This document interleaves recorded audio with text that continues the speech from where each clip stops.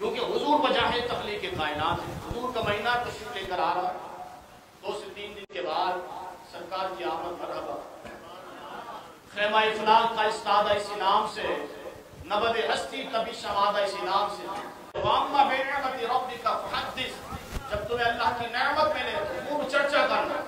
ہم چرچا کرتے ہیں، حضور کے آنے کی خوشی مناتے ہیں، کیونکہ اقبال نے کہا خیمہ افلاق کا استادہ اسی نام سے، نبض ہستی تبھی شمادہ.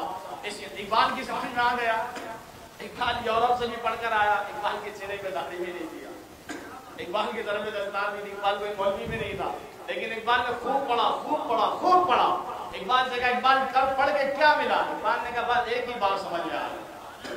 اقبال نے کہا ایک ہی بات سمجھ میں آئی. یہ میلاد کے لیے اقبال نے بہت بڑی بات کر دی. اقبال کہتا ہے تم کیا باتیں کرتے ہو جی؟ دلائل کیا ہیں؟ لائٹنگ کیوں ہے؟ جھنڈے کیوں ہیں؟ یہ کیوں ہے؟ وہ کیوں ہے؟ اقبال کہتا ہے تو پاگل ہے. کہا خیمہ افلاق کا استادہ اسی نام سے. فرمائیے جتنی بھی کائنات بنی ہے خیمہ افلاق، فرمایا خیمہ افلاق کا استادہ اسی نام سے ہے. نبض ہستی تبھی شمادہ اسی نام سے.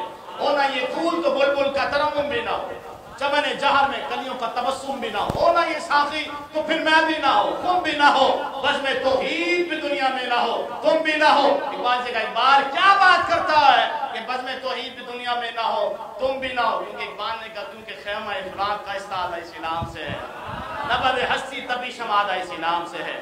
اگرچہ مطلب وہ جو نہ تھے تو کچھ نہ تھا، اور وہ جو نہ ہو تو کچھ نہ ہو. جان ہے وہ جہان کی، جان ہے، جان ہے تو جہان ہے. تو حضور آ گئے. حضور کا میلاد کا مہینہ شروع ہونے والا ہے.